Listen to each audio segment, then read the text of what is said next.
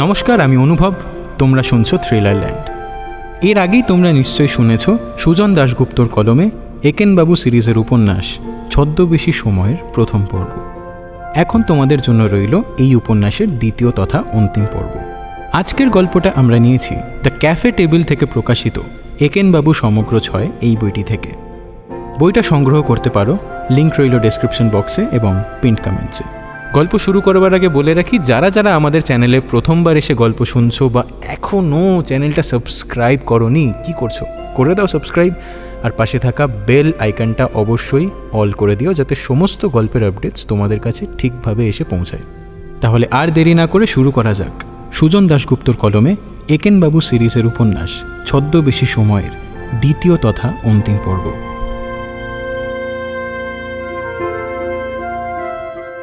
New ইয়র্কে ফিরেছি প্রায় 1 মাস হলো। ব্রুকলিনের একটা মার্ডার কেস নিয়ে একেনবাবু ব্যস্ত হয়ে পড়েছেন। ঘটনাটা আর কিছুই না, খুনি সন্দেহে একজনকে গ্রেফতার করা হয়েছে। লোকটির বিরুদ্ধে পুলিশ যে কেস খাড়া করেছে সেটা যথেষ্ট মজবুত। লোকটি বলছে সে খুন করেনি, কিন্তু কোর্টে তো সেটা প্রমাণ করতে হবে। উকিল মশাই সেই জন্য একেনবাবুর সাহায্য চেয়েছেন। ডিনারে বসে একেনবাবু আলতু ফালতু অনেক কিছু নিয়ে বকবক করেন, কিন্তু এই মার্ডার কেসটার কথা এড়িয়ে যান। প্রমথর ধারণা ব্যাপারটা নিয়ে উনি ক্লুলেস। সকালে বেরোনোর আগে রোজ জিজ্ঞেস করি, ডিনারের আগে ফিরবেন নাকি? অবশ্যই ফিরবো স্যার, প্রমথবাবুর রান্না মিস করব। আমার রান্নার জন্য না বাড়িতে খেলে 2 পাইস বাঁচবে সেই কারণে? হ্যাঁ, প্রমথবাবু না স্যার, সত্যি। এর মধ্যে হঠাৎ একদিন ফিরলেন হাস্যোজ্জ্বল মুখে। বুঝলেন স্যার, আজকে দুজন ইন্টারেস্টিং লোকের সঙ্গে দেখা হলো। এইটাই একেনবাবুর স্টাইল। যদি কারোর সম্পর্কে কিছু বলতে চান ঠিক এইভাবে শুরু করেন। এরপর আমাকে প্রশ্ন করতে হয় কার কথা বলছেন। উনি একটা সংক্ষিপ্ত উত্তর দেন। তার পিঠে আমি বা প্রমথ আরেকটা প্রশ্ন করি, উনি আবার তার একটা উত্তর দেন। এইভাবে ব্যাপারটা বিশদ হয়। আজকের প্রশ্নোত্তর থেকে জানা গেল প্রথম ইন্টারেস্টিং লোক হচ্ছেন একজন মহিলা, মিস জনসন। এক্সপার্ট উইটনেস হিসেবে ওর মতামতকে কোর্ট নাকি খুব সম্মান করে, আর ওর জন্যই মনে হচ্ছে ব্রুকলিন মার্ডারে পুলিশ যাকে দোষী ভেবেছে সে ছাড়া পেয়ে যাবে। আপনি মশাই যা তা, কেসটা কি সেটাই তো এতদিন বলেননি, দুম করে একটা কনক্লুশন ঝাড়ছে না? বলিনি বুঝি স্যার, আসলে কেসটা তেমন ইন্টারেস্টিং নয়। ব্রুকলিনে একজন বৃদ্ধা খুন হয়েছেন। তার 2 ছেলে, ছোটজন নিজের আর বড়জন সৎ ছেলে, মানে ওর দ্বিতীয় স্বামীর আগের পক্ষের। এই ছোট ছেলেকেই পুলিশ গ্রেপ্তার করেছিল। আপাতত মহিলার 2 স্বামীর কেউই বেঁচে নেই। কোনো ছেলেই মাকে দেখতো না, ফলে বুড়ি একাই থাকতেন। টাকা কড়ি ওর যা ছিল তাতে দিব্যি চলে যেত, আর বাড়িটাও ছিল নিজের। ব্রুকলিনে বাড়ি, পুরনো হলেও $1 মিলিয়ন তো হবেই, তাই না স্যার? হ্যাঁ, তা তো হবেই, নিউ ইয়র্ক বলে কথা। বৃদ্ধাকে কেউ রাত্রে এসে গুলি করে খুন করেছে। পুলিশের ধারণা টাকা কড়ি কিছুই খোয়া যায়নি, যদিও আলমারি খোলা ছিল, কিন্তু কেউ সেখানে হাত দিয়েছে বলে পুলিশের মনে হয়নি। কিন্তু এই ধারণাটা কেন হলো পুলিশের? বৃদ্ধার বাড়ির খুব কাছেই ছিল ওর ব্যাংক। সোশ্যাল সিকিউরিটির চেক ওখানেই জমা পড়ত। তিনি সেই টাকা আর যা পেনশন পেতেন প্রতি মাসে সংসার খরচের জন্য তা তুলতেন। টাকার অঙ্ক খুব একটা যে বড় তা নয়, কিন্তু তাতে ওর চলে যেত। মানে ওই দিন আনি দিন খাই, তাই তো? ঠিক তা নয় স্যার, ওর জমানো টাকাও ব্যাংকে ছিল, কিন্তু তাতে হাত লাগাননি বেশ কয়েক বছর। ওর লকারে ছিল প্রায় 10 বছর আগে তৈরি করা একটা উইল। তাতে ওর স্থাবর অস্থাবর পুরো সম্পত্তি সমানভাবে 2 ছেলেকে ভাগ করে দেওয়ার নির্দেশ রয়েছে। কিন্তু ওর ডেস্কের ড্রয়ারে পুলিশ পেয়েছিল আরেকটা উইল, যেটা লেখা হয়েছিল উনি খুন হওয়ার 7 দিন আগে। মনে হয় সেটাকে ব্যাংকের লকারে রাখার সময় পাননি। এই উইলে পুরো সম্পত্তিই দিয়েছেন সৎ ছেলেকে। প্রথমেই সৎ ছেলেই ছিল পুলিশের প্রাইম সাসপেক্ট। তার কোনো অ্যালিবাই নেই, আর সেই রাত্রে সে একাই নিজের বাড়িতে ছিল, যেটা বৃদ্ধার বাড়ির থেকে খুব একটা দূরে নয়। কিন্তু ব্যাপারটা পরে অন্যদিকে ঘুরে যায়। পুলিশের রিপোর্ট অনুসারে খুন হওয়ার দিন 10 আগে 2 ছেলে এসেছিল তার মায়ের জন্মদিন উপলক্ষে। কোনো কারণে বুড়ির সঙ্গে তখন ছোট ছেলের তুমুল ঝগড়া হয়। পুলিশ 2-2 এক করেছিল, কারণ ওর মা উইলে ওকে বাদ দিয়েছে শুনে ছোট ছেলে খুব অবাক হয়েছিল। আগের উইলের একটা কপি ওর কাছে ছিল, সেটা থেকে ওর ধারণা হয়েছিল অর্ধেক সম্পত্তিও পাবে। তবে ওর সঙ্গে যে মায়ের খুব ঝগড়া হয়েছিল সেটা পুলিশের কাছে স্বীকার করেছে। বার্থডে পার্টি থেকে মা ওকে প্রায় তাড়িয়েই দিয়েছিল, কিন্তু ওর বক্তব্য মা পুরোপুরি খামখেয়ালি। বুঝলাম। এখন বলুন, মিস জনসন এমন কি করলেন যাতে ছোট ছেলে ছাড়া পেয়ে যাবে? বলছি স্যার, ব্যাংক লকারের উইলের সইয়ের সঙ্গে নতুন উইলের সই মিলে গেছে, সেইখানেই সমস্যা। সমস্যা? আজব কথা বলেন, সেটাই তো হওয়া উচিত। না স্যার, সই হুবহু মেলা মানেই সেটা অথেন্টিক নয়। কি যে মাঝে মধ্যে বলেন না যা তা। শুনুন একেনবাবু, সেবার সই মেলেনি বলে কলকাতাতেই আমার ব্যাংক চেক বাউন্স করে দারুণ ঝামেলা হয়েছিল। ফোন করে কাজ হয়নি, শেষ পর্যন্ত আমাকে সশরীরে উপস্থিত হতে হয়েছিল। ম্যানেজার মশাই আমাকে চিনতেন বলে বেঁচে গেছিলাম, তাও সামনে বসিয়ে আমাকে দিয়ে চেক সই করিয়েছিলেন। তাতেও মিলছে না বলে ওদের রেকর্ড থেকে আমার পুরনো সইয়ের ফটোকপি বার করে সেটা মিলিয়ে সই করতে বলেছিলেন, ভাবতে পারেন? ব্যাপারটা একটু বিশদ করে বলি। আসলে আমি বাপিদের ডিটা একটু কায়দা করে লিখি। ডিতে যে সুরটা দিই সেটা একটু অন্যরকম হচ্ছিল। এদেশে অবশ্য এসে দেখলাম যে সই মেলার ব্যাপারে অতটা কড়াকড়ি নেই। আমার লেখা সই তাই কখনো বাতিল হয়নি।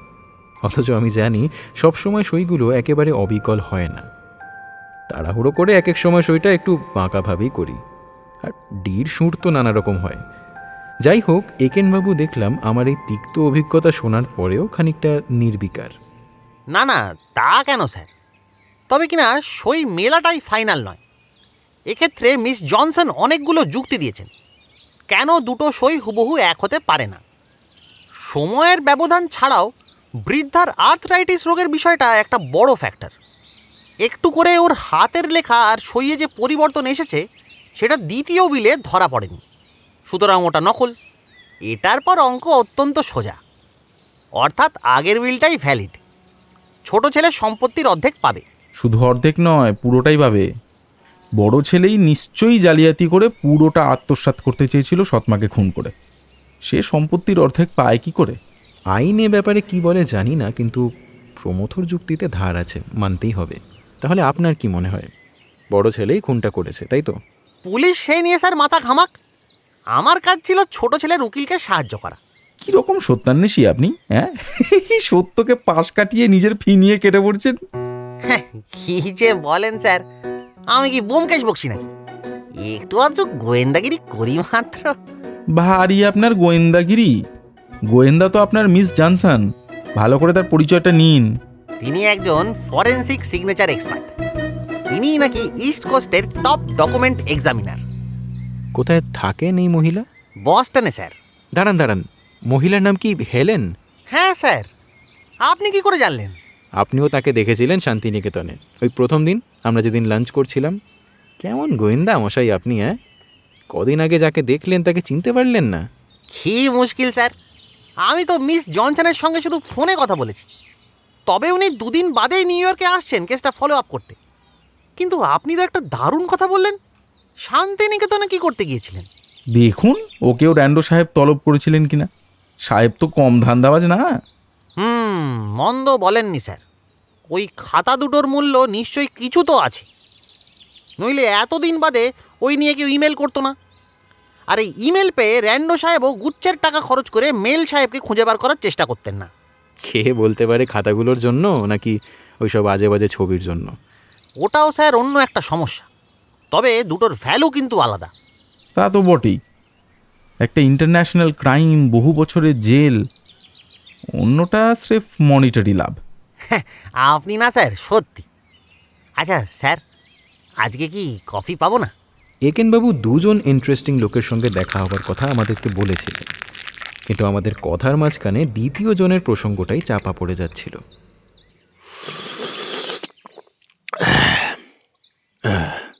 এবার আপনার দ্বিতীয় ইন্টারেস্টিং লোকের কথাটা বলে ফেলুন। ও হ্যাঁ স্যার, এটাই হচ্ছে রিয়েল ইন্টারেস্টিং। হঠাৎ করে দেখা হয়ে গেল ক্যাপ্টেন স্টুয়ার্টের পরিচিত নেভাডার এক ডিটেকটিভ জ্যাক হোল্ডব্রুকের সঙ্গে। এখানে বলি, এই হঠাৎ করে কথাটা আসলে সত্যি নয়। নিশ্চয়ই উনি তলে তলে খোঁজ করে যাচ্ছিলেন নেভাডার কোনো পুলিশ গোয়েন্দার। এসব ব্যাপারে ক্যাপ্টেন স্টুয়ার্ট অনেক সাহায্য করেন ওকে।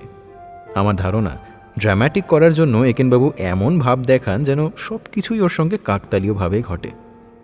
যাই হোক, একেনবাবুর কথা শুনে যা বুঝলাম, বছর 5 আগে নেভাডার ক্লার্ক কাউন্টির পুলিশ ফোর্স থেকে এই ভদ্রলোক অবসর নিয়েছেন। ওর জন্ম ও বড় হওয়া নিউ ইয়র্কে। নেভাডার একটি মেয়ের প্রেমে হাবুডুবু খেয়ে ওয়াইল্ড ওয়েস্টে গিয়ে থিতু হয়েছিলেন। রিটায়ার করবার পরেও বছর 2 ওখানেই ছিলেন। কিন্তু প্রেমের তাগিদে নিউ ইয়র্ক থেকে চলে যেতে হলেও হোল্ডব্রুক সাহেব মনে প্রাণে ছিলেন নিউ ইয়র্কার। স্ত্রীর মৃত্যুর পর ফিরে এসেছেন স্বস্থানে। আসার পর একা একা কর্মহীন এই জীবন আর তার ভালো লাগছিল না। হালকা কাজ খুঁজছিলেন যেখানে ওর অভিজ্ঞতা কাজে লাগাতে পারেন। সেই সূত্রেই একেনবাবুর সঙ্গে তার যোগাযোগ। Ocean of knowledge sir. উনি আশায় জটটা মনে হয় এবার খুলবে। কোন জটের কথা বলছেন? কদিন ধরে র্যান্ডো সাহেবের কথা খুব মনে হচ্ছিল স্যার। মনের ভেতরটা খচখচ করছিল। এত টাকা দিলেন কিন্তু কাজটা করা হলো না। দেখুন, ওই র্যান্ডো না জোর চুরি করে টাকা কামিয়েছেন, ঠিক আছে? সৎভাবে উপার্জন করা টাকা হলে তবু না হয় আপনার একটা গিলফিল করার ব্যাপার থাকতো। তা ওকে জিজ্ঞেস করলাম স্যার, লুসি ম্যাডাম আর তার বয়ফ্রেন্ডকে পুড়িয়ে হত্যা করার কেসটা। প্রথমে উনি মনে করতে পারছিলেন না কার কথা জিজ্ঞেস করছি। লাকিলি ওর বন্ধু ছিল জনি বেত্তো, ক্লার্ক কাউন্টির এক ফায়ার চিফ। আমার সামনেই তাকে ফোন করলেন। মিস্টার বেত্তোর কেসটা মনে আছে।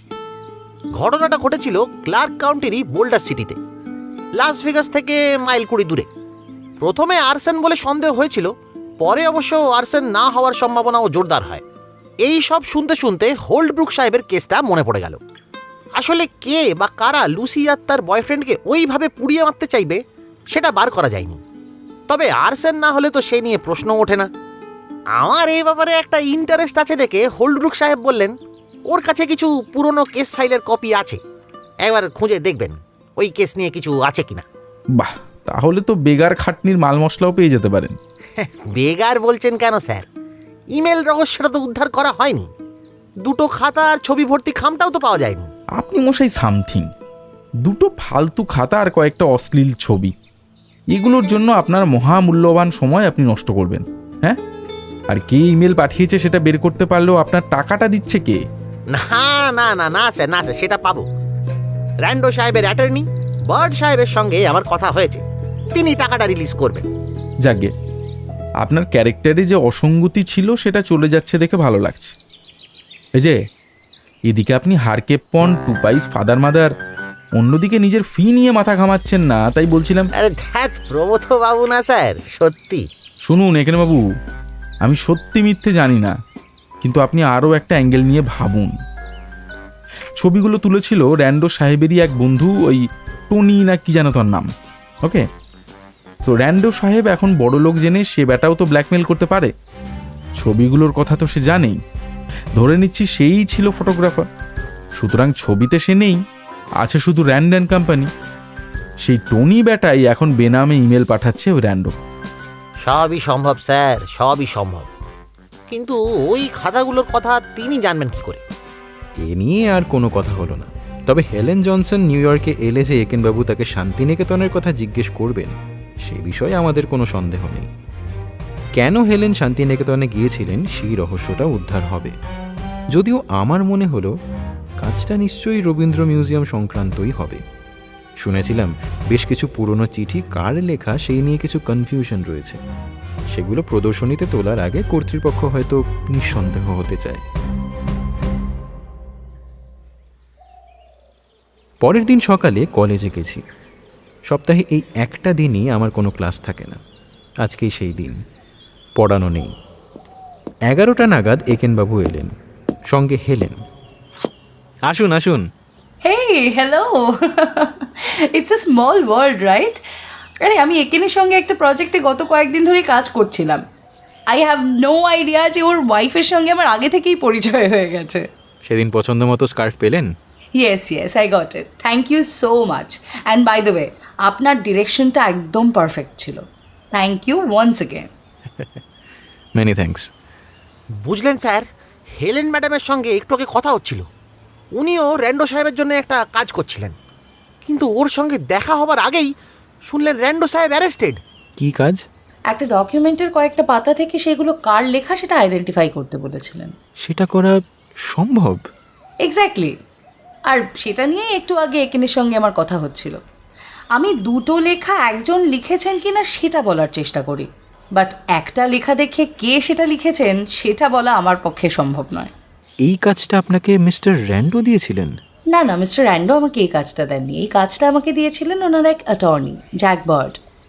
তো এইটুকুনি ইনফরমেশনে তো আমার কাজ করা সম্ভব না, তো আরও কিছু ইনফরমেশন আমার লাগতো। সেটা জ্যাককে বলাতে উনি আমাকে জানালেন যে ভদ্রলোক ইন্ডিয়াতে থাকেন। কদিন আগেই এই পাতাগুলো দিয়ে উনি চলে গেছেন। উনি এখন থাকেন শান্তিনিকেতনের কাছে কোনো একটা জায়গায়। তো মজার ব্যাপার, আমি শান্তিনিকেতনেই যাচ্ছিলাম টেগর মিউজিয়ামের কয়েকটা ডকুমেন্ট আইডেন্টিফিকেশনের কাজে। জ্যাককে আমি জানিয়ে বলেছিলাম যে ওর সঙ্গে দেখা করে আমার সমস্ত প্রশ্নের জবাব যদি আমি পাই তবেই আমি কাজটা নেব। তখনই জানতে পেরেছিলাম যে ভদ্রলোক একসময় স্বনামে বেনামে হলিউডে স্ক্রিপ্ট লিখতেন, আর পরে কোনো এক আঙ্কেলের রেখে যাওয়া টাকায় বেশ বড়লোক হয়েছিলেন। সো অ্যাটর্নি জ্যাক অবশ্য আমাকে সতর্ক করে দিয়েছিলেন যে মিস্টার র্যান্ডো একটু উইয়ার্ড লোক। তো এনিওয়ে, আমার সঙ্গে উনি দেখাও করেননি, আর ওর লোকেরা একেবারেই হেল্পফুল নয়। সুতরাং কাজটা নিয়েও আমি আর এগোইনি। ও আচ্ছা, তা আপনার টেগর মিউজিয়ামের কাজগুলো কি শেষ হয়ে গেছে? Yes, complete. অ্যাকচুয়ালি কাজগুলো এখানে থাকতে প্রায় শেষই করে ফেলেছিলাম, শুধু দু একটা এক্সিবিটের অরিজিনাল নিজের চোখে না দেখে ফাইনাল রিপোর্টটা লিখতে যাইনি, সেই জন্যেই ওখানে যাওয়া।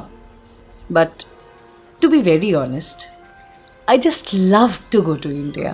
আমার বন্ধুরাও খুব অবাক হয়, জায়গাটা এত গরম, অপরিষ্কার রাস্তাঘাট, লোকজনের ভিড়, ডিসেন্ট ফেসিলিটিসের অভাব, থাউজেন্ডস অফ কমপ্লেন্টস, এগুলো সব কিছুই ঠিক, but India has its own charm, আর সেটাই ওরা মিস করে যায়। আচ্ছা ম্যাডাম, আপনি ঠিক কি জানতে চেয়েছিলেন র্যান্ডো সাহেবের কাছে? কোয়েশ্চেনটা ছিল ডেট অ্যান্ড প্লেস সংক্রান্ত। লেখাগুলো কবে লেখা হয়েছিল এবং কোথায় লেখা হয়েছিল, এছাড়া অন্য কোনো সাপোর্টিং ডকুমেন্ট পাওয়া যাবে কি না, যেমন লেটার্স, ডায়েরিজ এটসেট্রা। যদি কোনো ফেমাস লোকের লেখা হয়ে থাকে তাহলে স্থান এবং কাল দিয়ে অনেক কিছু বার করা যায়। কিভাবে? দেখুন, সমসাময়িক ফেমাস লোকেদের লেখা মিউজিয়াম, নেট ইত্যাদি অনেক জায়গাতেই ছড়িয়ে আছে। খুঁজে খুঁজে সেগুলো বার করে মেলাতে হবে। প্রচুর খাটনির কাজ, কিন্তু কাজটা অসম্ভব নয়। কয়েকটা computer based rough searching tools আমাদের কাছে আছে, সেগুলো দিয়েই কাজটা হয়। ইন্টারেস্টিং, এটা আমার মাথায় আসেনি। র্যান্ডো সাহেবের সঙ্গে হেলেনের দেখা হলে আর কাগজের লেখাগুলো বিখ্যাত কারোর হলে তাকে আইডেন্টিফাই তো করাই যেত। আমি মোটামুটি বুঝতে পারছিলাম যে কাগজ দুটো ইমেলে উল্লেখ করা খাতা দুটোর পাতার কপি। র্যান্ডো সাহেব মনে হয় অনুমান করতে পেরেছিলেন যে এত বছর বাদে ইমেলে কেউ যখন ওটার খোঁজ করছে তার মানে ওটার মূল্য রয়েছে, আর সেই জন্যেই মার্কিন মুলুকে এসে ওর অ্যাটর্নিকে কয়েকটা পাতার ফটোকপি দিয়ে গেছেন। লোকটা অবশ্যই ঘোরেল। খাতা দুটো কোথায় আছে ভালোভাবেই জানতেন, কিন্তু একেনবাবুর সঙ্গে কথা বলার সময় এমন ভাব দেখালেন যেন ভালো করে মনেও করতে পারছেন না যে ইমেলে কিসের কথা বলা হয়েছে। যাকগে, লোকটা এখন জেলে পাপের শাস্তি ভোগ করছে, বা কেন যে একেনবাবু এসব নিয়ে মাথা ঘামাচ্ছেন কে জানে। তবে আমিও অনুমান করতে পারি পাতাগুলো কোন সময় লেখা। লুসির বয়স যদি র্যান্ডো সাহেবের কাছাকাছি হয় তাহলে তার ঠাকুরদার সম্পর্কে একটা বয়সের অনুমান করা যায় বটে। হেলেন মিনিট পাঁচেকের জন্য যখন রেস্টরুমে গেলেন, আমি একেনবাবুকে জিজ্ঞেস করলাম, আচ্ছা সেদিন আপনি র্যান্ডো সাহেবকে কেন জিজ্ঞেস করলেন যে তিনি শেষ কবে নিউ ইয়র্কে গিয়েছিলেন, ইমেল পাওয়ার আগে না পরে? আসলে স্যার, আমি ওর খাটের নিচে একটা বড় ব্যাগ দেখতে পেয়েছিলাম। তাতে এয়ারলাইনের একটা ট্যাগে ছাপা ছিল JFK CCU, মানে নিউ ইয়র্ক সিটির কেনেডি এয়ারপোর্ট থেকে কলকাতার দমদম। ট্যাগটা মোটামুটি পরিষ্কার, সুতরাং খুব একটা পুরনো হতে পারে না। তখনই মনে হলো ইমেলটা দেখেই হয়তো খাতাগুলো খুঁজতে গিয়েছিলেন। এত বছর পরে কেউ যখন সেটা নিয়ে লিখেছে, সেটার কিছু মূল্য নিশ্চয়ই আছে। তাই ইমেল না দেখে নিউ ইয়র্কে যাবার কথাটা হয়তো সত্যি নয়। আমি স্যার ট্রাস্ট বাট ভেরিফাইয়ে বিশ্বাসী। আরেকটা কথা, আপনি কি হেলেনকে বলে দেবেন যে পাতাগুলো কোন সময়ের লেখা হতে পারে? মানে লুসি ঠাকুরদার আমলের লেখা যখন, একটা অনুমান তো করাই যায়। তা অবশ্য যায়, কিন্তু এই কাজের জন্য কি ম্যাডাম আর সময় নষ্ট করবেন? ইতিমধ্যে হেলেন রেস্টরুম থেকে ফিরে এসেছেন। ব্রুকলিনের কেসটা নিয়ে আলোচনা করবার জন্য একেনবাবু চলে গেলেন হেলেনকে নিয়ে। আমার ক্লাস না থাকলেও রিসার্চের বেশ কিছু কাজ জমেছিল। শুধু একেনবাবুর কাহিনী বললে তো আমার আর চাকরি টিকে থাকবে না। ইন্টারন্যাশনাল জার্নালে নিয়মিত পেপার মানে গবেষণাপত্র ছাপাতে হবে। এদেশে সেগুলো না করলে প্রফেসরদের চলে না।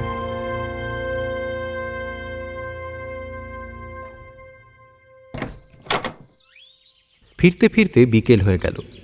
বাড়িতে এসে দেখি বাইরের ঘরে টার্টেল নেক সোয়েটার আর কর্ডরয় প্যান্ট পরা একজন সুপুরুষ ভদ্রলোক একেনবাবুর সঙ্গে বসে রয়েছেন। প্রমথ কফি বানাচ্ছে। ভদ্রলোকের চুল, গোঁফ, দাড়ি সবই সাদা। এই বয়সেও ভদ্রলোক অত্যন্ত সুপুরুষ। আসুন স্যার, আসুন আসুন। আর একটু দেরি হলেই প্রমথবাবুর তৈরি ফ্রেশ কফি মিস করে যেতেন। এখনো মিস করবে, ওর জন্য বানাইনি। কি যে বলেন স্যার, আপনি সেরকম মানুষই নন। আমি এর কথাই সেদিন আপনাকে বলছিলাম স্যার। নেভাডা পুলিশের বিখ্যাত ডিটেকটিভ মিস্টার হোল্ডব্রুক এখন রিটায়ার করে এখানে। আমাদের কথা শুনে ভদ্রলোক মুচকে মুচকে হাসছেন। রসিক লোক। একেনবাবু আমাদের সঙ্গে পরিচয় করিয়ে দিলেন। আমি নিজের পরিচয় দিলাম। একেনবাবুর দিকে হাসি মুখে একটু তাকিয়ে ভদ্রলোক আমাকে বললেন, বিখ্যাত মোটেও নই, তবে এটা ঠিক, পুলিশ ডিপার্টমেন্টে চাকরি করতাম নেভাডায়, এখন অবসরপ্রাপ্ত। বোঝাই যায় অত্যন্ত ভদ্রলোক। একেনবাবু ওকে প্রমথ আর আমার সম্পর্কে কী যে বুঝিয়েছিলেন বুঝলাম না, কিন্তু নিশ্চয়ই বিরাট কোনো কাহিনী। বাপের বয়সী একজন লোক প্রফেসর প্রফেসর বলে সম্বোধন করছে বলে আমার তো নিতান্তই লজ্জা লাগছিল। এর মধ্যে প্রমথর 3 রকমের কফি বিন গ্রাইন্ড করে স্পেশাল কফি বানানো সবে শেষ হয়েছে। হোল্ডব্রুক সাহেব একটা ফোল্ডার নিয়ে এসেছেন। নেভাডার ক্লার্ক কাউন্টির পুরনো কেস ফাইল থেকে লুসি র্যান্ডো সংক্রান্ত কাগজপত্রের ফাইল। ফোল্ডারটা আধ খোলা অবস্থায় কফি টেবিলের উপর রাখা। একেনবাবুর সঙ্গে নিশ্চয়ই এ নিয়ে আগে কথা হয়েছিল। আমি ঘরে ঢোকার আগেও মনে হয় ওই নিয়েই কথাবার্তা শুরু হয়েছিল। আমার চোখে পড়ল টাইপ করা কয়েকটা রিপোর্টের পাশে হাতে লেখা কিছু নোট। নোটগুলো বেশ ক্রিপ্টিক মনে হলো। আপনার কোনো স্পেসিফিক প্রশ্ন আছে? এখানে বহু লোকের বয়ান আছে, বেশিরভাগই ইউজলেস। পুরোটা পড়ে সময় নষ্ট করার মানেই হয় না। ঠিক আছে স্যার, প্রথমে না হয় প্রশ্ন দিয়েই শুরু করি। তার আগে বলি কেন আমরা এই কেসটা নিয়ে এত ভাবনা চিন্তা করছি। আমার ক্লায়েন্ট মিস্টার র্যান্ডো ছিলেন লুসি ম্যাডামের স্বামী। মিস্টার র্যান্ডো কতগুলো গোলমেলে ইমেল পেয়েছেন মেল ব্রুকস নামে এক ভদ্রলোকের কাছ থেকে। মিস্টার ব্রুকস দাবি করছেন লুসি ম্যাডামকে খুন করেছেন মিস্টার র্যান্ডো। হ্যাঁ, এই বিষয়ে তো গতকালই আপনার সঙ্গে কথা হয়েছিল। এই কেস ফাইলে কাল রাতে আমি চোখ বুলিয়েছি। আসলে আমরা ইনভেস্টিগেশন শুরু করেছিলাম লুসি বা লুসির বয়ফ্রেন্ডকে খুন করার জন্য। কেউ ওদের ঘরে আগুন লাগিয়েছিল কিনা সেটা দেখতে। লুসির হাজব্যান্ড রিচার্ড র্যান্ডো আমাদের সাসপেক্ট লিস্টে ছিল। লাকিলি যে সময় লুসির বাড়িতে আগুন লাগে সে সময় র্যান্ডো অনেক দূরে ছিল। যে রেস্টুরেন্টেও কাজ করছিল সেখানে অনেকে ওকে দেখেছে। সুতরাং ওখান থেকে কোনো মতেই লুসির অ্যাপার্টমেন্টে র্যান্ডো আসতে পারে না। হ্যাঁ স্যার, সেটাই উনি আমাদের বলেছেন। তবে এই মিস্টার মেল আরও উল্টোপাল্টা কিছু চার্জ এনেছেন মিস্টার র্যান্ডোর নামে। মনে হচ্ছে উনি মিস্টার র্যান্ডোকে ব্ল্যাকমেল করার চেষ্টা করছেন লুসি ম্যাডামকে জড়িয়ে। কিন্তু সেই নিয়ে বোঝাপড়া করতে গেলে মিস্টার মেলের পরিচয়টা আগে জানা দরকার। সেটা না জানা পর্যন্ত র্যান্ডো সাহেব এই ব্যাপারে এগোতে পারছেন না। আমাকে ভার দিয়েছেন তাকে ফিজিক্যালি খুঁজে বার করার। র্যান্ডো আপনার ক্লায়েন্ট আমি জানি, কিন্তু এই র্যান্ডো সম্পর্কে আপনি কতটুকু জানেন সেটা আমি জানি না। লোকটি ছিল আনসাকসেসফুল স্ক্রিপ্ট রাইটার।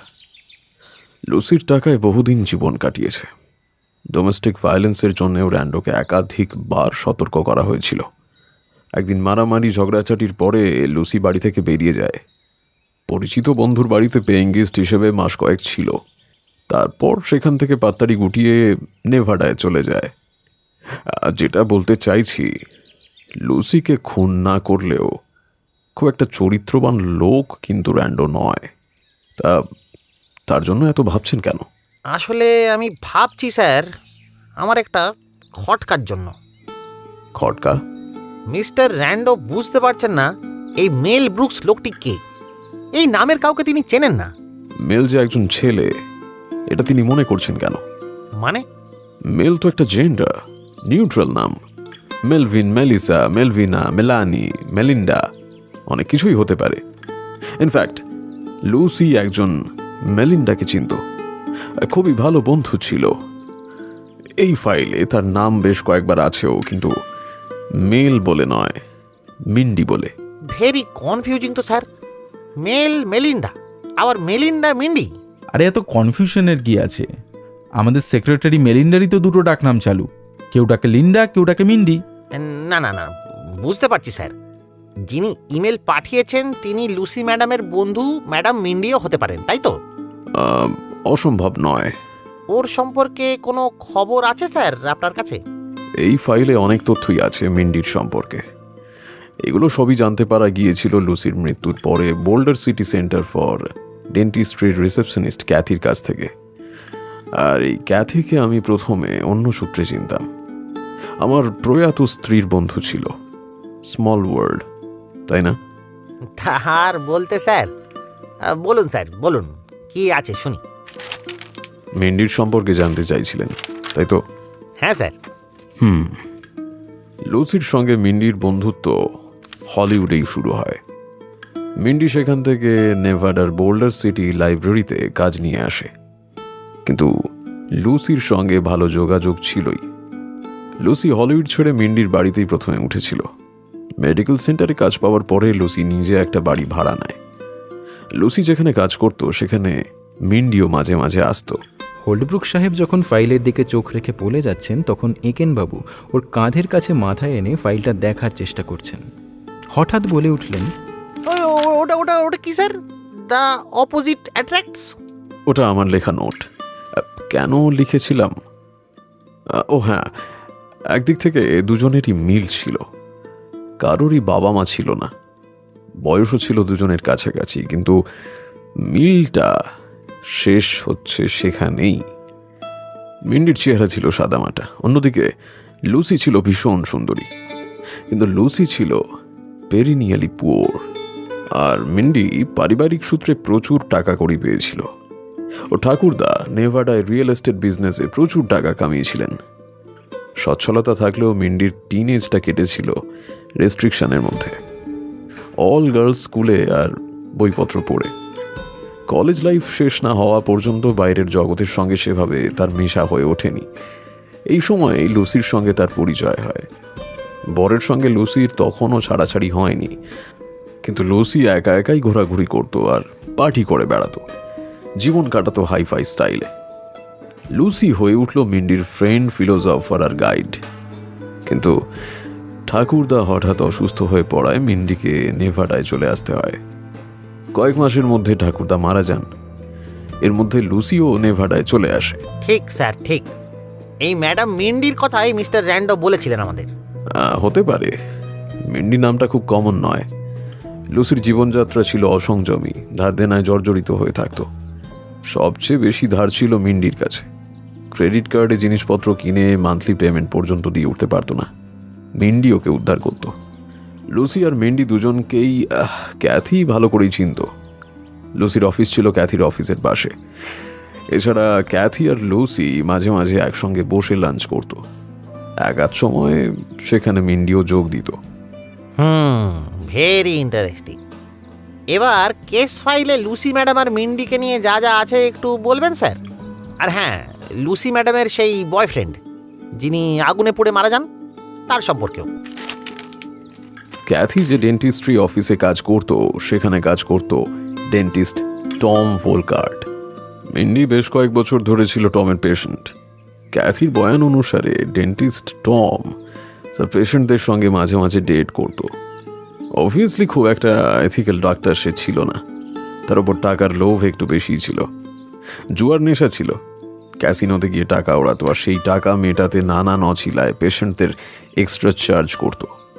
ক্যাথি সেটা বুঝতে পারত সেন্টারের অন্যান্য ডেন্টিস্টদের কথাবার্তা থেকে।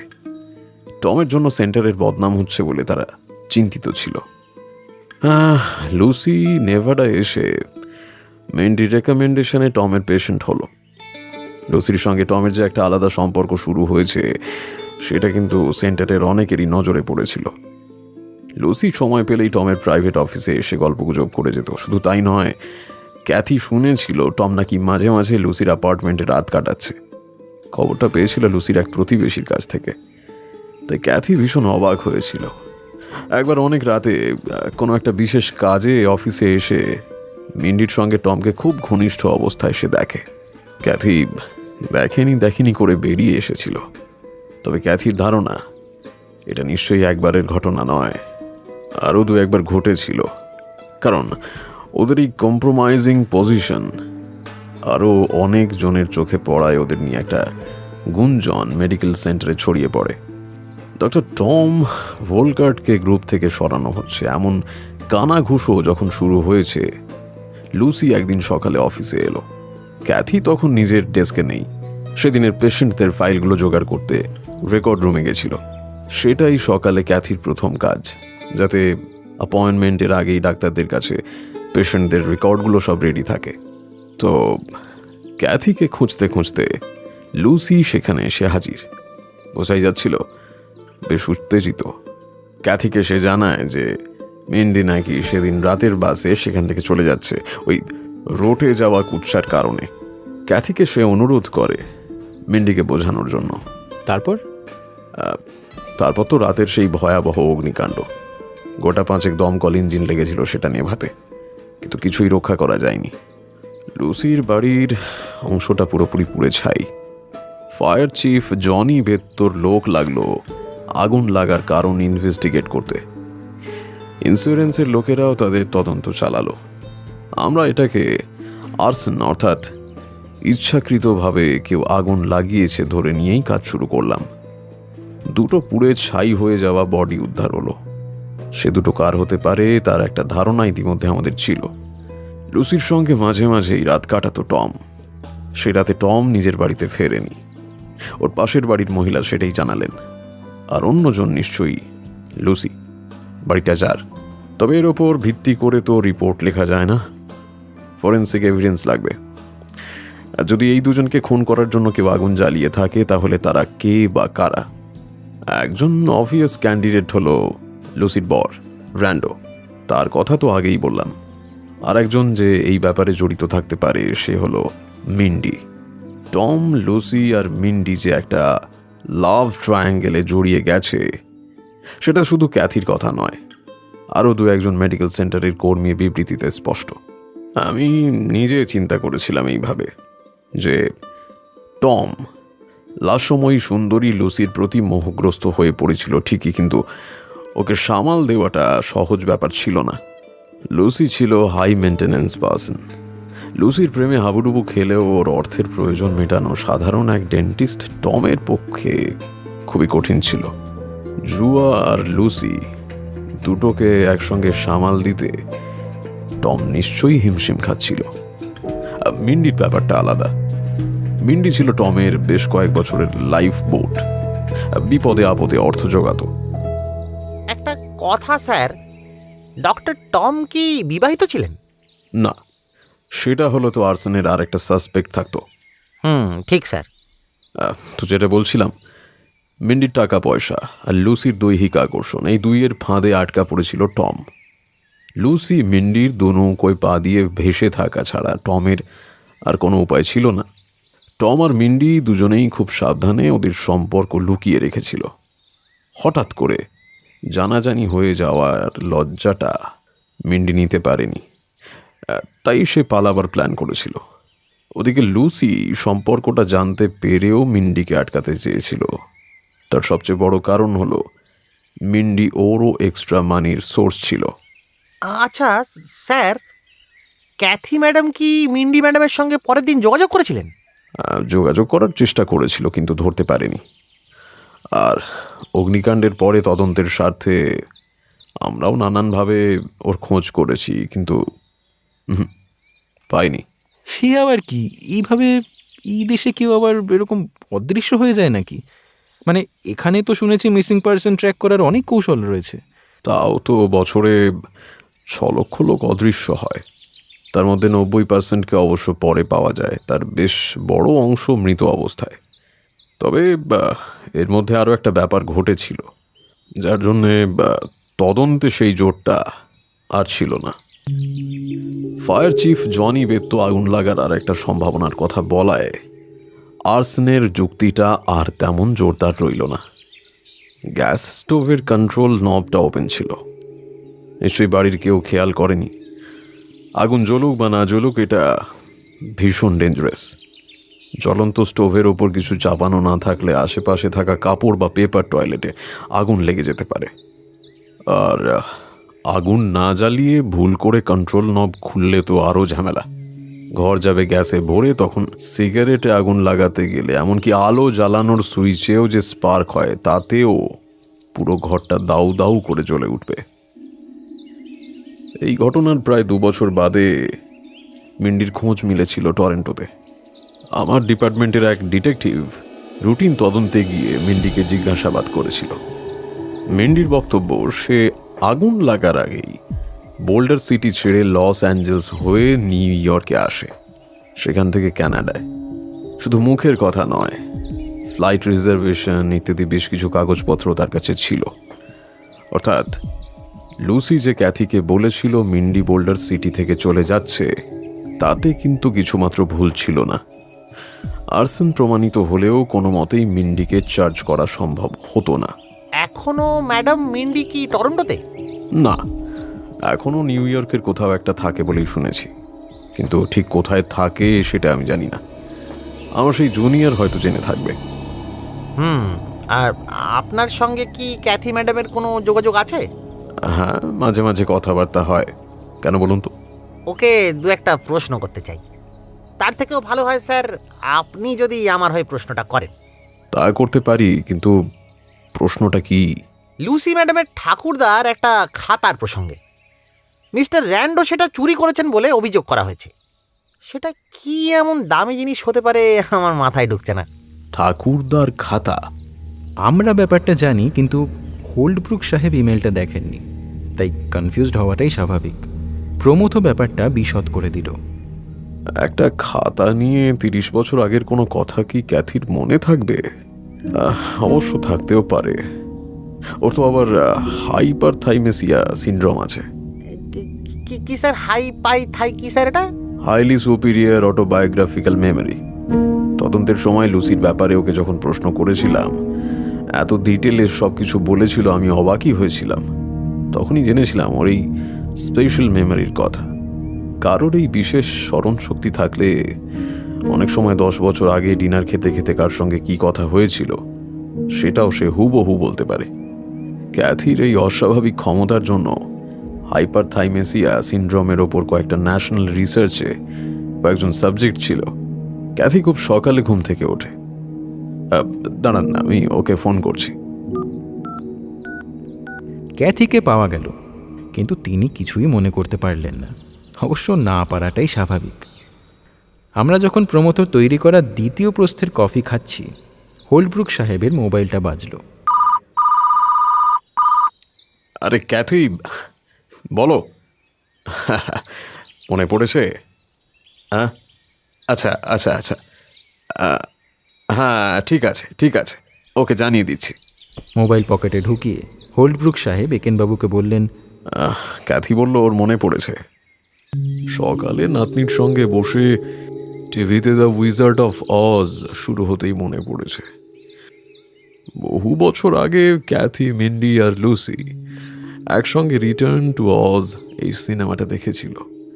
তখন কথায় কথায় মিন্ডি বলেছিল ঠাকুরদার কাছে শুনেছে অরিজিনাল অজের লেখক এল ফ্র্যাঙ্ক বম নাকি বড়দের জন্যেও অনেকগুলো বই লিখেছিলেন, সেগুলো প্রিন্টিং প্রেস থেকে হারিয়ে যায়। সেটা শুনে লুসি বলেছিল ওর ঠাকুরদারও একটা প্রেস ছিল, আর ঠাকুরদা ওর জন্য 2টো খাতা রেখে গিয়েছেন, কিন্তু দুটোই লস অ্যাঞ্জেলসের বাড়িতে ফেলে এসেছে। মিন্ডি রিচার্ড র্যান্ডোকে চিনত, বলেছিল এক্ষুনি রিচার্ডকে বলো ওগুলো তোমাকে পাঠাতে। এটুকুই ক্যাথির হঠাৎ মনে পড়ল। Very interesting sir, very interesting. বুঝলাম না, কোনটা ইন্টারেস্টিং? জানি না স্যার। একেনবাবুর মাথায় যে কি ঘুরছে তা ভগবানই জানেন। হোল্ডব্রুক সাহেব একটু অবাক হয়ে একেনবাবুর দিকে তাকালেন। দ্বিতীয় কাপ কফিও ইতিমধ্যে শেষ হয়েছে সবার। আচ্ছা, আমাকে এক জায়গায় যেতে হবে। আর কি কোনো প্রশ্ন আছে? এই মুহূর্তে নেই স্যার, কিন্তু কাল বা পরশু আপনার কি একটু সময় হবে? হ্যাঁ, নিশ্চয়ই। তবে কাল নয়, পরশু আমি সারাদিনই ফাঁকা। Thank you sir, thank you very much. Holdbrook সাহেব চলে যেতে না যেতেই প্রমথও পড়ল একেনবাবুকে নিয়ে। কি একটা বাজে সমস্যা নিয়ে আপনি বেগার খাটছেন। হ্যাঁ, আমি একবার বলেছি, আবারও বলছি, যে লোকটা আপনাকে অ্যাপয়েন্ট করেছিল সে বেটা জেলে এবং যথেষ্ট দুশ্চরিত্র লোক। আর আপনি কেন ভাবছেন যে যদি বারও করতে পারেন ওই মিন্ডি না পিন্ডি কে র্যান্ডোকে ইমেল পাঠিয়েছিল, তাহলেও র্যান্ডোর উকিল বার্ড সাহেব উচ্চপাচ্য না করে আপনাকে $20,000 দিয়ে দেবেন? হ্যাঁ, 20 নয় স্যার, 30। আরে ওই হলো, যেটা পাবেন না সেটা 1 মিলিয়ন হলেই বা সমস্যা কি? আপনি কিন্তু স্যার একটা ইম্পর্টেন্ট পয়েন্ট মিস করছেন। কি? দুটো খাতার কথা। আপনার মুন্ডু। একেনবাবুকে সকাল থেকে পাচ্ছি না, ব্রেকফাস্ট না করেই বেরিয়ে গেছেন। মাথায় কিছু চাপলে ওর আর কাণ্ডজ্ঞান বলে কিছু থাকে না। বুঝলেন স্যার, সেদিন ট্রেনে প্রমথবাবু প্রসঙ্গটা না তুললে এই লাইনে চিন্তাই করতাম না। কোন প্রসঙ্গ? ওই যে বিখ্যাত লেখকদের হারিয়ে যাওয়া পাণ্ডুলিপির ব্যাপারটা। সকাল থেকে লাইব্রেরিতে ম্যাডাম হেলেনের সঙ্গে ছিলাম। ম্যাডাম হেলেনের মনে হচ্ছে র্যান্ডো সাহেবের কাছ থেকে পাওয়া দুটো পাতার হ্যান্ডরাইটিং সম্ভবত এল ফ্র্যাঙ্ক বমের। অরিজিনাল খাতাটা পেলে সেটা নিশ্চিত করে বলতে পারবেন। র্যান্ডো সাহেবের অ্যাটর্নি মিস্টার বার্ডকে সেটা জানাতে গিয়ে যা শুনলাম, তাতে মনে হচ্ছে রহস্যটা বেশ ঘন হয়ে উঠেছে। র্যান্ডো সাহেবের বাড়িতে আবার কেউ ঢুকে জিনিসপত্র তছনছ করেছে। কয়েক মাস আগেও একবার বাগলারির চেষ্টা হয়েছিল, র্যান্ডো সাহেবই বলেছিলেন, মনে আছে স্যার? হ্যাঁ, আছে তো। বাড়িতে এখন কেউই থাকে না। র্যান্ডো সাহেবের অনুরোধে এক প্রতিবেশী বাড়িটার ওপর নজর রাখতেন। এছাড়া একজন ক্লিনিং লেডি মাসে একবার করে বাড়িটা পরিষ্কার করে যেত। সেই প্রতিবেশী কদিন আগে খেয়াল করেন বাড়ির পেছনের দরজা খোলা, অর্থাৎ বাড়িতে কেউ ঢুকেছিল। র্যান্ডো সাহেবকে সেটা জানাবার জন্য ফোন করেন, কিন্তু তিনি তো ইন্ডিয়ার জেলে। 2 দিন চেষ্টা করে ধরতে না পেরে পুলিশকে জানান। পুলিশ এখন খুঁজে বার করার চেষ্টা করছে কি চুরি হয়েছে। আপনি কি ইমপ্লাই করছেন বলুন তো? লোকগুলো সেই খাতা দুটোর খোঁজে এসেছিল। কে জানে স্যার, কিছু চুরি গেছে কিনা সেটাই তো বোঝা যাচ্ছে না। দামি কিছুই চুরি যায়নি, ড্রয়ার, ফাইল ক্যাবিনেট আর ক্লজেটে ঘাটাঘাটির চিহ্ন। কিন্তু রূপোর দামি কিউরিওর বাক্স, ল্যাপটপ, ড্রেসিং ড্রয়ারে জুয়েলারির বক্স সবই রয়েছে। Jewellery box? সেটাই তো বার্ড সাহেব বললেন। সম্ভবত ওটা ওর আঙ্কেলের কাছ থেকে পাওয়া। মোট কথা ভেরি কনফিউজিং। বার্ড সাহেব জানালেন পুলিশের ধারণা এটা পাড়ার কম বয়সী ছেলেদের কীর্তি। কয়েকটা খালি বিয়ারের বোতল পড়েছিল। তার মানে বাড়িতে কয়েকজন ঢুকেছিল লুকিয়ে মদ ফদ খেতে বা স্রেফ মজা করার লোভে। মাঝে মাঝে এটা নাকি এদেশে ঘটে। হাতের কাছে টাকা কড়ি কিছু পেলে পকেটস্থ করে। ছুটকো ছাটকা কিছু চুরিও করে, যেগুলো ইউজড গুডস হিসেবে বিক্রি করা যায়। তাহলে আপনার কি মনে হচ্ছে পুলিশের ধারণাটা ঠিক নয়, তাই তো? না না স্যার, সেটা বলছি না। তবে কিনা এখানে একটা হাইব্রিড ব্যাপার থাকলেও থাকতে পারে। মানে? আরও একটা ইম্পর্টেন্ট খবর পেয়েছি হেলেন ম্যাডামের কাছ থেকে। উনি এল ফ্র্যাঙ্ক বম সম্পর্কে বেশ কিছু নতুন তথ্য আবিষ্কার করেছেন। বম সাহেব বড়দের জন্য 2টো বই লিখেছিলেন, আওয়ার ম্যারিড লাইফ আর দ্য মিস্ট্রি অফ বনিতা বা ওরম কিছু একটা নামে। পাণ্ডুলিপি 2টো প্রিন্টারের কাছে পাঠিয়েছিলেন, কিন্তু তারপর সেগুলোর খোঁজ পাওয়া যায়নি। আসলে উনি খুব অর্থকষ্টের মধ্যে ছিলেন। হতে পারে বই ছাপাতে প্রিন্টার পয়সা চেয়েছিল, উনি সেটা জোগাড় করে উঠতে পারেননি। পাণ্ডুলিপি 2টো পড়েই ছিল প্রিন্টারের অফিসে। আরে এই কথাটা তো মিন্ডিও জানতেন। মনে আছে ক্যাথি কি বলেছিলেন সেদিন ওর সুপিরিয়র অটোবায়োগ্রাফিক্যাল মেমোরি থেকে? এটা যদি লুসির দাদুর রেখে যাওয়া খাতা হয় তাহলে তো এর মূল্য অপরিসীম, অন্তত $4 থেকে $5 মিলিয়ন। হতে পারে স্যার, কেউ একজন জানেন এই মহামূল্য ম্যানুস্ক্রিপ্টের কথা, আর সেটা হাতাতে কিছু কম বয়সী ছেলেমেয়েদের লাগিয়েছেন। বড় লোকদের টিনেজার ছেলেপুলেরা এসব অপরাধ করলে অনেক সময় পার পেয়ে যায়। সুতরাং তাদের হাত দিয়ে ওগুলো উদ্ধার করা গেলে তো সোনায় সোহাগা। ম্যানুস্ক্রিপ্ট নিয়ে এলে তাদের হাতে কিছু টাকা ধরিয়ে দেবেন, পরে নিজে সেটা আন্ডারওয়ার্ল্ড মার্কেটে বেচে বড় রকমের দাম মারবেন। তাহলে আপনি কি বলতে চান এর মধ্যে সেই মিন্ডি না কে তিনি জড়িত থাকতে পারেন? বিপুলায় পৃথিবীর কতটুকু জানি স্যার। তবে ম্যানুস্ক্রিপ্ট চুরি করে সেটা বিক্রি করতে গেলে পেশাদার আর্ট চোর হতে হবে। স্পেশাল আন্ডারগ্রাউন্ড কন্ট্যাক্ট না থাকলে এই সব জিনিস বাজারে বিক্রি করা সহজ ব্যাপার না। না, মিন্ডির যে সেই কন্ট্যাক্ট নেই সেটাই বা জানলেন কি করে? ঠিকই বলেছেন স্যার, তবে কিনা আমাদের কাজ ছিল ইমেল যিনি পাঠিয়েছিলেন সেই মেল বা ম্যাডাম মিন্ডিকে খুঁজে বার করা। লুসি ম্যাডামের দাদুর খাতা খোঁজ তো নয়। ওই নিয়ে ভেবে আর কি হবে।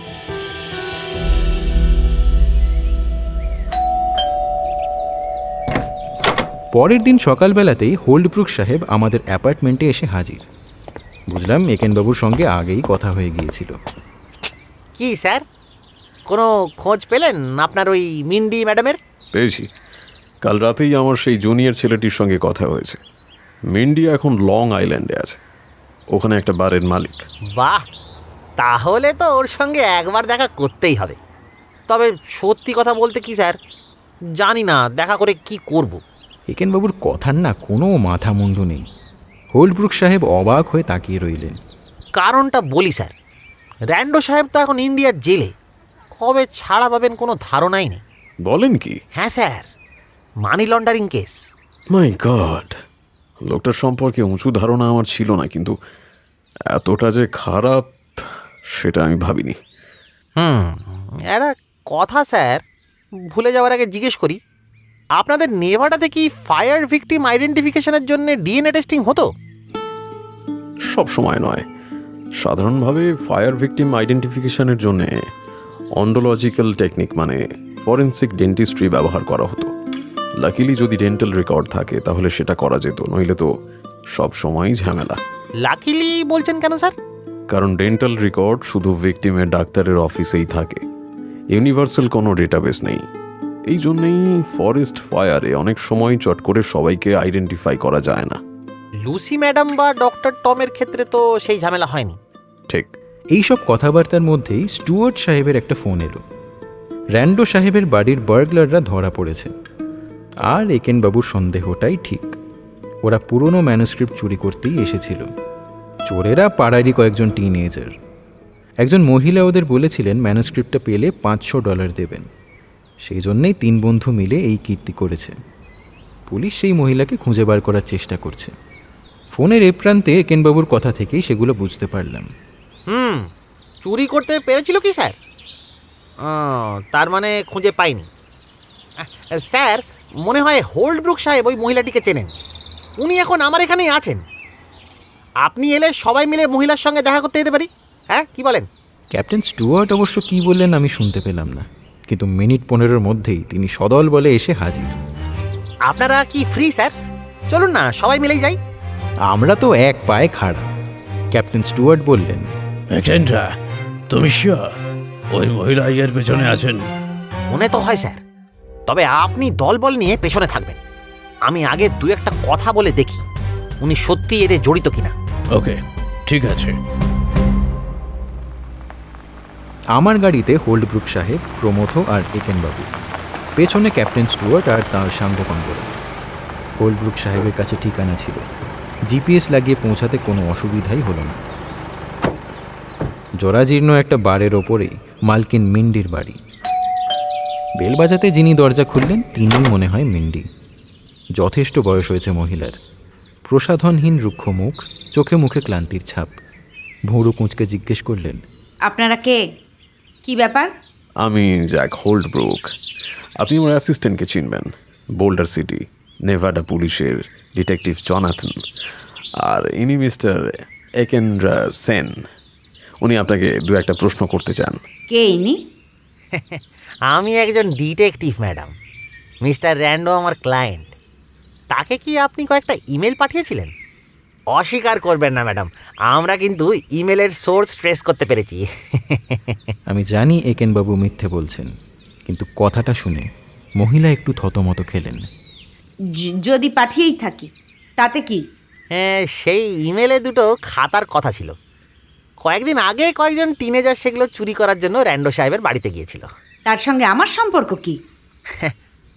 কারণ ম্যাডাম, সেগুলো ওদের চুরি করতে বলেছিলেন একজন মহিলা। আশ্চর্য, আমি যে সেই মহিলা সেটা আপনার মনে হয় কি করে? ওরা কি আমাকে আইডেন্টিফাই করেছে? না ম্যাডাম। তাহলে? আসলে আমি ভাবছিলাম একটা সিনেমার কথা। এই কদিন আগে বাংলাদেশের একটা সিনেমা দেখছিলাম। বাংলাদেশের নাম নিশ্চয়ই আপনি শুনেছেন ম্যাডাম।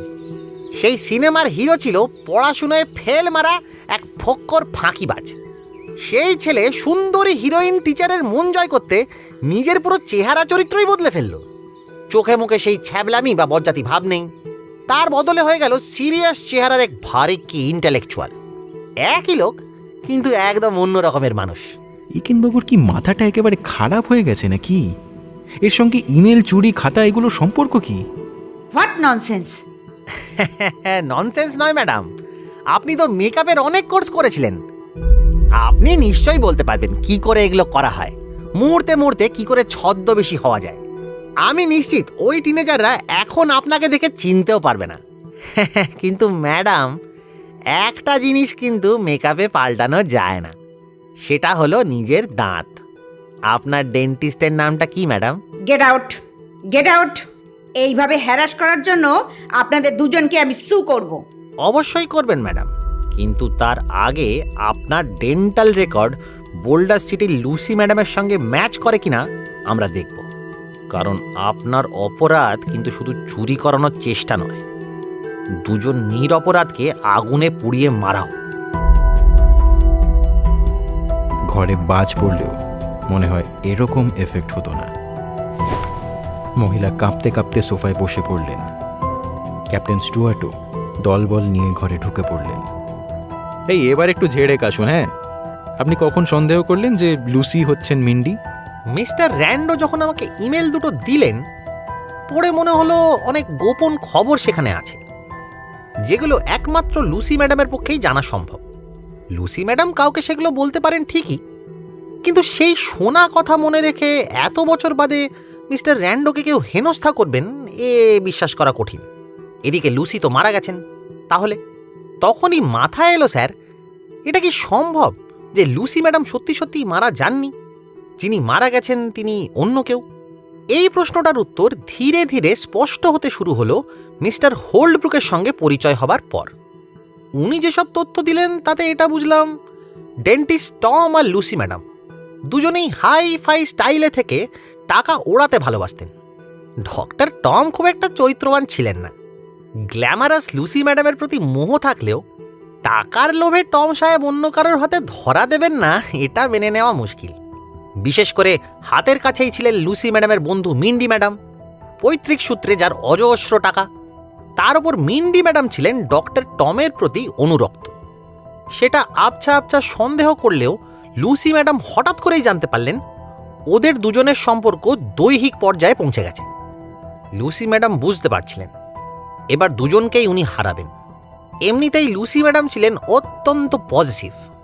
ডক্টর টম ওর সঙ্গে প্রেম করলেও শেষ পর্যন্ত মিন্ডি ম্যাডামের কাছেই ধরা দেবেন, এই চিন্তা ওকে খেপিয়ে তুলল। এটা ঘটা মানে একই সঙ্গে ওর বয়ফ্রেন্ড এবং সম্ভবত ওর ফাইন্যান্সের মস্ত বড় সোর্স হাতছাড়া হওয়া। কি করে সেটা আটকানো যায়, এই চিন্তা থেকেই মিন্ডি ম্যাডামের আইডেন্টিটি চুরি করার ব্রিলিয়ান্ট প্ল্যানটা ওর মাথায় আসে। মিন্ডি ম্যাডাম আর ডক্টর টমকে খুন করে মিন্ডি ম্যাডামের আইডেন্টিটিতে তারই ব্যাংকের টাকায় ভবিষ্যৎ জীবন কাটাবেন। খুবই রিস্কি এবং কমপ্লিকেটেড প্ল্যান। এমনভাবে ওদের মারতে হবে যাতে বডি থেকে বোঝার উপায় না থাকে যে কার মৃতদেহ, অর্থাৎ বাড়িতে আগুন লাগিয়ে পুড়িয়ে মারা। ফায়ার ভিকটিমদের আইডেন্টিফিকেশনের একটা উপায় ডেন্টাল রেকর্ড পরীক্ষা করা। হয়তো মিস্টার টমের কাছেই এটা শুনেছিলেন লুসি ম্যাডাম। আর্সেন সন্দেহ না করলে ডিএনএ অ্যানালিসিস নিয়ে পুলিশ মাথা ঘামাবে না। এটা করার পর তিনি নিজে মিন্ডি ম্যাডামের মতো চুল কেটে সাজগোজ হাবভাব ইত্যাদি করবেন। নিজে মেকআপ আর্টিস্টের ট্রেনিং নিয়েছিলেন, তার ওপর সই নকল করতে অভ্যস্ত।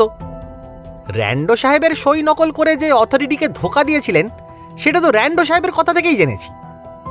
মিন্ডি ম্যাডামের সঙ্গে বন্ধুত্বের জন্য মিন্ডি ম্যাডামের সোশ্যাল সিকিউরিটি নাম্বার, জন্মদিন, জন্মস্থান, ঠিকানা এইসব জোগাড় করা লুসি ম্যাডামের পক্ষে মোটেই কঠিন কাজ ছিল না।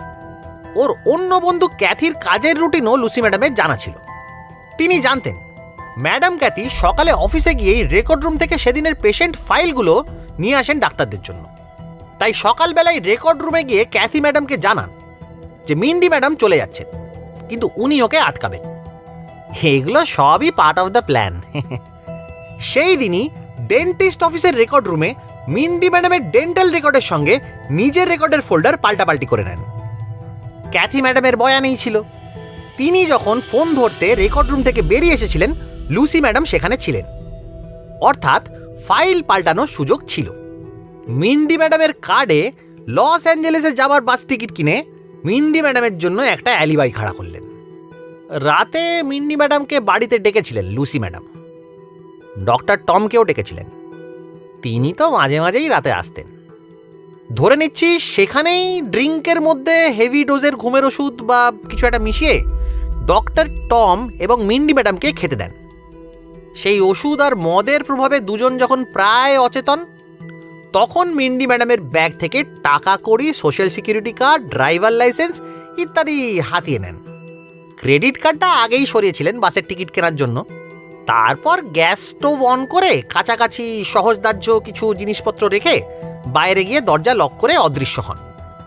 আরও অনেক কিছুই নিশ্চয়ই করতে হয়েছে, কিন্তু মূল সিনারিওটা এই। এখন ক্লার্ক কাউন্টির কাজ হবে পুরো কেসটা খাড়া করা। তবে উনি যে লুসি ম্যাডাম, সেই সত্যটা এড়াতে পারবেন না। আচ্ছা, আপনার এই এক্সপ্লেনেশনে না একটা জিনিস মোটেই ক্লিয়ার হলো না। কি স্যার? এত বছর বাদে লুসি কেন র্যান্ডো সাহেবের সঙ্গে ইমেলে যোগাযোগ করল? কি মুশকিল, আপনি তো সেদিন বলে দিলেন কারণটা। আমি সেদিন যে ট্রেনে নিউ ইয়র্কের লস্ট ম্যানুস্ক্রিপ্টের আর্টিকেলটা পড়লেন, আপনিই তো বললেন ওগুলো পাওয়া গেলে লক্ষ লক্ষ ডলারে বিক্রি হবে। আমি পরে খোঁজ নিয়ে দেখলাম ওটা নিয়ে বেশ হইচই হয়েছিল সেই সময়, মানে মাস চারেক আগে। তখন নিশ্চয়ই সেটা লুসি ম্যাডামের নজরে পড়েছিল, অথবা ওর বারে কেউ তা নিয়ে আলোচনা করেছিল। লুসি ম্যাডামের তখনই আবার মনে পড়ে ওর ঠাকুরদার খাতা দুটোর কথা। র্যান্ডোর কাছে ও দুটো এখনও আছে। এছাড়া র্যান্ডো যে এখন খুবই বড় লোক সেটাও নিশ্চয়ই জানা ছিল। ওকে যদি একটু ভয় দেখিয়ে ব্ল্যাকমেল করে কিছু টাকা আদায় করা যায় তাহলে মন্দ কি? সেই জন্যেই ওই ছবিগুলোর কথাও তুললেন, যেটা লেগে যায়। আর কি জানেন স্যার, নিশ্চয়ই মিন্ডি ম্যাডামের ব্যাংকের টাকা ফুরিয়ে আসছিল, আর এই বারের ব্যবসায়ও বেশি টাকা আসছিল না। দেখলেন তো বারের ভগ্নদশা। যেমন দেওয়া ঠিক তেমন তার দেবী।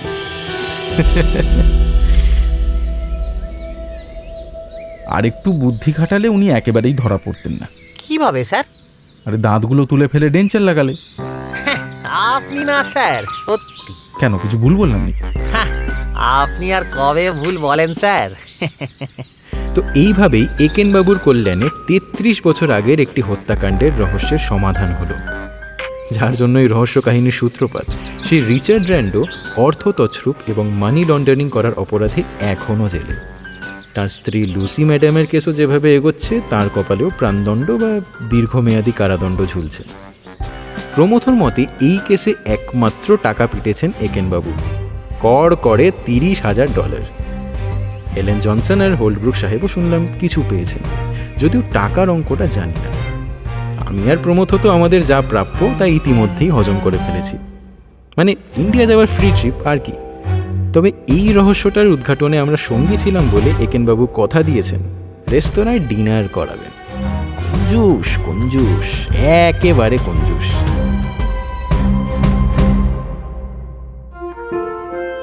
সমাপ্ত হলো একেনবাবু সিরিজের উপন্যাস ছদ্মবেশী সময়। রচনা সুজন দাশগুপ্ত। একেনবাবুর চরিত্রে বাঁকুড়া মেমস শর্টস থেকে উন্মেষ গাঙ্গুলি। বাপির চরিত্রে ছিলাম আমি অনুভব। প্রমথর চরিত্রে ছিল রণদীপ। রিচার্ড র্যান্ডোর চরিত্রে ছিল ইন্দ্রনীল। বার্ড সাহেবের চরিত্রে ছিল তমাল। সমীর বসুর চরিত্রে ছিল স্নেহাদ্রি। একেনবাবুর স্ত্রী অর্থাৎ মিনুর চরিত্রে দিতিপ্রিয়া। হেলেন জনসনের চরিত্রে পূজা। মিস্টার হোলব্রুকের চরিত্রে কৌশিক। ক্যাপ্টেন স্টুয়ার্টের চরিত্রে পার্থ এবং মিন্ডির চরিত্রে ছিল শিপ্রা। শব্দগ্রহণ রণজয়। আবহ সৃষ্টি এবং স্পেশাল এফেক্টস ম্যাক্স। নাট্যরূপ নীল এবং আমি অনুভব। বিশেষ সহযোগিতায় ছিল লিও। একেনবাবু থিম সৌরভ ভট্টাচার্য। পোস্টার ঋদ্ধিরাজ পালিত। তাহলে কেমন লাগলো আমাদের আজকের গল্প জানাও কমেন্ট করে। যদি গল্পটা ভালো লেগে থাকে তাহলে প্লিজ গল্পটা লাইক করো আর শেয়ার করে দিও। আর যারা যারা চ্যানেলে প্রথমবার এসে গল্প শুনলে তারা অবশ্যই চ্যানেলটা সাবস্ক্রাইব করে দিও, আর সাবস্ক্রাইব বাটনের পাশে থাকা বেল আইকনটা অল করে দিও যাতে সমস্ত গল্পের আপডেটস তোমরা পেতে পারো। আর জয়েন বাটনে প্রেস করে হতে পারো আমাদের চ্যানেলের মেম্বার। মেম্বারশিপ শুরু হচ্ছে মাত্র 29 টাকা থেকে। তাহলে আজকের মতো এই পর্যন্তই। আবার আমাদের দেখা হচ্ছে পরবর্তী গল্পে। টিম থ্রিলার ল্যান্ডের তরফ থেকে সবার জন্য রইল এক রাশ শুভেচ্ছা। সবাই ভালো থেকো, ভয় থেকো।